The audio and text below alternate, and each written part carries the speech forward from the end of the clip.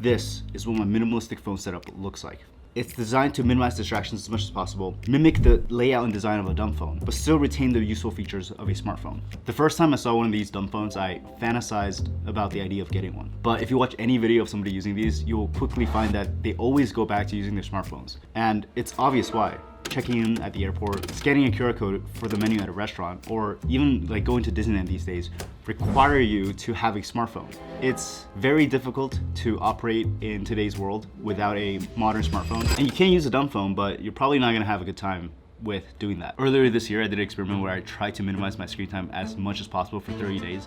I ended up averaging like 15 to 20 minutes a day only. But what I learned from that was what were the truly essential features that I needed on my phone and what features were purely a distraction. And so after that, I set out to make my smartphone into a dumb phone. And this is the setup that I came up with. If you've ever thought about using a dumb phone and you currently use a smartphone, then I think you're gonna find this video super valuable. Personally, I use an iPhone, so this is the setup that I'm gonna be focusing on. But I'm gonna show you how I set everything up, all the systems I have in place. So even if you have an Android, you should still be able to set up the same system. On my lock screen, I have a quote, my goal before the end of the year, and my calendar. So what I have to work on next. So this is what it looks like on the home page. What I found is that the layout of my phone when I first unlock it really affects the apps that I open up. So I only put the apps that I want to use right in front of me, and so it's almost like a queue for me to use them. So there are like books, audiobooks, messaging apps, my workout tracker, maps, and notes. And that's pretty much it. When I had regular app icons and notifications and badges everywhere, it was a lot harder to focus, and whenever I open my phone, there would be a lot of different things trying to pull in my attention. The idea with everything here is that once you set up a system like this on your phone, it makes it really hard to not use your phone as a purely utilitarian device.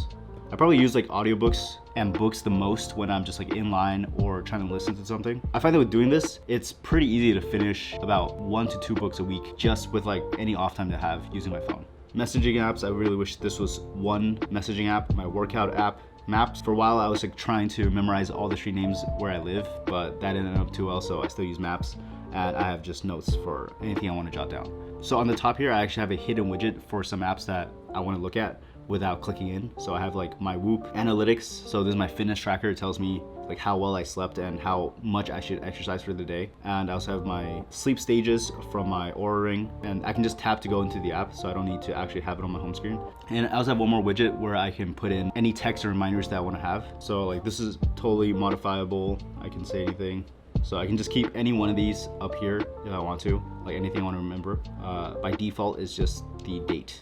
On the bottom, I do have one app in the dock, and this is just a mood tracker. I talked about this in a previous video, but I use this to log how I feel. It's like super easy to use. If you just do this a couple times a day at the end of the month, it gives you analytics about your mood, like how the weather affected it, how much your sleep affected it, your workout, who you were with. So I think this app is super interesting. And if I scroll to the left, I have my habit tracker. For a while, I was tracking a bunch of different habits, but now I only track the habits that I want to do every single day because it's a lot more motivating to see a streak that I don't want to break, and it's also easier to just remember. And now I want to talk about the blocks that I've set up on my phone to make it impossible to be distracted. Yeah, I pretty much can't access any social media, so this is what it says. All right, but even with this setup, when I didn't have any blocks in place, like I didn't block any social media apps, it was still really easy to fall into the trap of searching up the YouTube app and then just watching YouTube for a couple hours. So this really all fell into place until after I set up a blocking system, which is pretty simple. The first thing is that I block social media apps on my phone for the entire day except for the hours of 6 to 7. And this is just based on the times that I know that I want to be focusing on other things, because those are the times that I can focus the best. And I want to make sure I'm not wasting those hours being distracted with my phone. I've tried this out for a while now, and I think this is a pretty sustainable and realistic setup, because if you just block it entirely, you might be tempted to find ways to skirt that. But if you just know that there is a time coming up and now is not the time to check social media yet, then it's a lot easier to sustain this habit. I read an article that said like in China, for students, the government limits their time on TikTok to only 60 minutes a day. And for me, that's probably like the maximum that I want to be spending using social media on my phone every day. For emergencies, like the app that I use for the blocks, you can actually take a break, but there is a time. You have to wait a certain amount of time before you can take a break. And every time you take a break, you have to wait longer to take another break. So it's really difficult to just use your phone mindlessly. But for the blocks, Obviously, this includes all the social media platforms like YouTube, Instagram, and Twitter, but I've also just added to the list of apps that I blocked based on what I noticed that I would be distracting myself with. Like the App Store or even Google.com, I blocked it because I would be looking up stuff like celebrity net worths or just like reading articles, even though like I didn't want to actually be doing that. My goal is pretty much to make my phone as minimalistic and as utilitarian as possible. So I want to have like the layout and functionality of a dumb phone, but only the good features of a smartphone that I still want to have. Now when I have like anything I want to look up or any quick questions, I just use my voice assistant, Siri, and it gives me the answer really quickly. I've watched a lot of videos on YouTube talking about how to reduce your screen time, and a lot of times they talk about, you know, journaling or meditation and reflecting on why you use your phone that much. I think it can work, but for me, there was nothing more effective than actually just setting up a system like this and making it impossible to be distracted on my phone. Like the way I see it, it's kind of like having, you know, Coke on your table and trying to figure out how to not get addicted to Coke.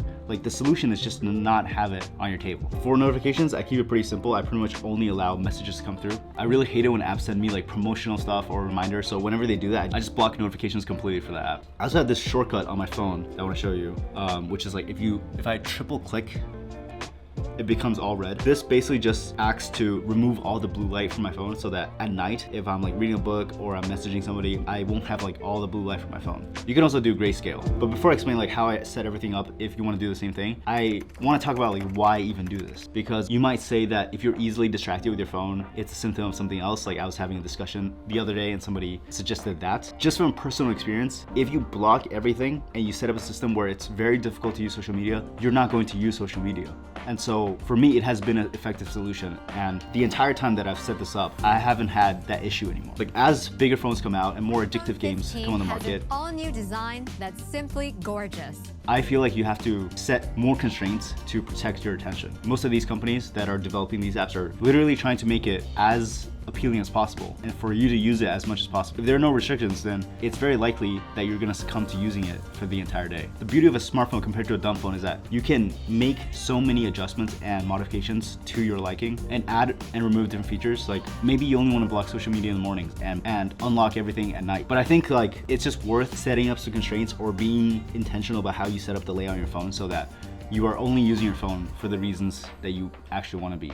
But yeah, with this setup, I think it's actually better than using a dumb phone because I can still like scan QR codes, use the camera, even use my phone to make payments with Apple Pay. I just think it's way more realistic to use a smartphone in the modern world than to actually downgrade to a dumb phone. But yeah, if you want to set everything up in the same way, here's all the apps that I use. For this list of apps versus an icon, so to change your app icons to just a list like this, it's an app called blank spaces, and you can pretty much like make modifications to like how many apps you want, like different fonts, different font colors. You just use a wallpaper to blend in the widget so you can't tell, and it's a widget on top as well. For the text widget that you can put on your home screen or your lock screen, this one's called any text, and to change the text you just have to click it and then you can type anything you want. For the widget, this is called Habit Kit, and this app is called How We Feel. For the block, I use an app called Opal. Like this one is a paid app, but I think it's definitely worth it because you can set a schedule, you can set time limits for certain apps, and you can also make it so you can't modify any of the schedules. At least for me, like when I know that I can't access it or it's like too tedious for me to skirt it, I just end up not being distracted by my phone and I don't think about it. But yeah, that's pretty much it for my minimalistic phone. I hope this was pretty helpful if you want to do a similar setup. I also have a setup to minimize distractions on my computer that is a little bit different because I actually do work on my computer. So if you're interested in that, let me know and I can make a video about that. But in the meantime, you might want to check out this other video where I broke down a alternative method to reduce your screen time and gain back your focus. So if you're interested in that, you can check out that video here and I'll see you over there.